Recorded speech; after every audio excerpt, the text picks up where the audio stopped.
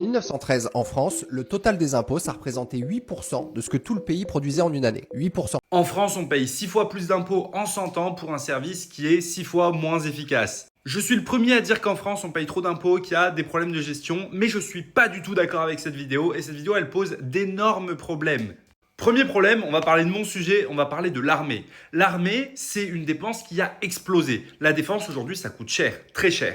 Et non, ça coûtera jamais moins cher. Au contraire, ça va continuer de coûter de plus en plus cher. Pourquoi? Parce que la défense nucléaire, l'arme nucléaire, ça coûte une blinde. Et ça, vous vous en rendez pas compte. Mais ça coûte extrêmement cher. Et oui, c'est nécessaire. Parce que sans cette arme nucléaire, on aurait peut-être déjà pris des missiles sur la tête suite au conflit Ukraine-Russie. Et peut-être que sans ça, il y aurait d'autres problèmes qui auraient touché la France. Et ensuite, le reste du matériel des armées, mais ça coûte une blinde. On parle en millions pour le moindre véhicule. Pour une arme, simplement un fusil, on est déjà à 2-3 000 euros. Ça va très très vite, vraiment extrêmement vite. Alors qu'un char de la Première Guerre mondiale, il coûtait pas si cher que ça et que tu pourrais quasiment te le payer avec ton argent. Deuxième point, c'est l'hôpital. L'hôpital français a énormément de défauts. Ma copine travaille à l'hôpital, on en parle souvent, il y a beaucoup de problèmes, on est d'accord. Mais l'hôpital en 1913, c'est pas l'hôpital de 2020, c'est pas la même chose. Un IRM, ça coûte des millions.